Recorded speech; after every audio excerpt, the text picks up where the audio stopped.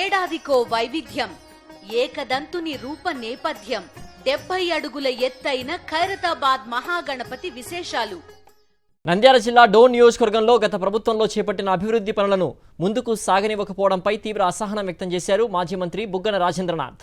వైఎస్ఆర్సీపీ ప్రభుత్వంలో చేపట్టిన ఐడీటీఆర్ భవనాలు, వెంగారాంపల్లి చెరువు టూరిజం రిసార్ట్స్, ఖంబగిరి స్వామి దేవాలయం పనుల్ని ఆయన పరిశీలించారు.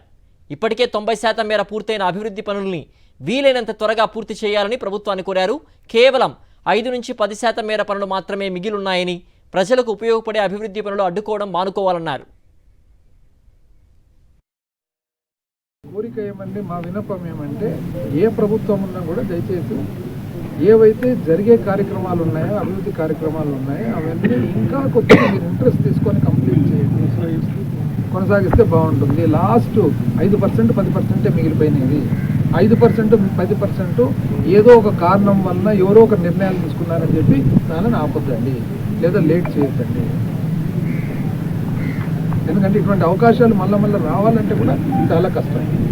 ఇది ప్రభుత్వానికి, ప్రజాప్రతినిధులకు, ఎవరైతే అధికారంలో ఉన్నారో వాళ్ళందరికీ కూడా ఊరికి క్రిటిసైజ్ చేయడము అది ఇది అని చెప్పేది కాదు, చేసి